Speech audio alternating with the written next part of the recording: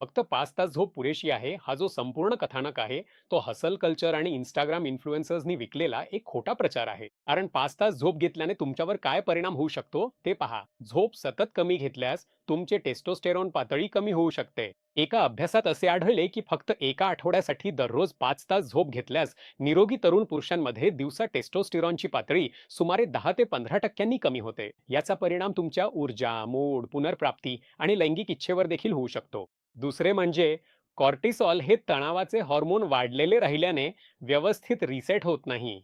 यामुळे शरीर पोटावर चरबी साठवते आणि इन्सुलिन रेझिस्टन्स वाढून पेशींचा प्रतिसाद खालावतो. हीच मधुमेहाची सुरुवात आहे. तुमच्या हृदयाला आणि रक्तवाहिन्यांना रात्री पुरेशी विश्रांती मिळत नाही. त्यामुळे तुमचा रक्तदाब आणि जळजळ हळूहळू वाढू शकते. तुमच्या मेंदूची रिकव्हरी मंदावते, ज्यामुळे मेंदू धूसर होणे, विसरभोळेपणा, विचार करण्याची गती कमी होणे असे घडते. कारण झोपेतच मेंदूची साफसफाई आणि रिसेट होते.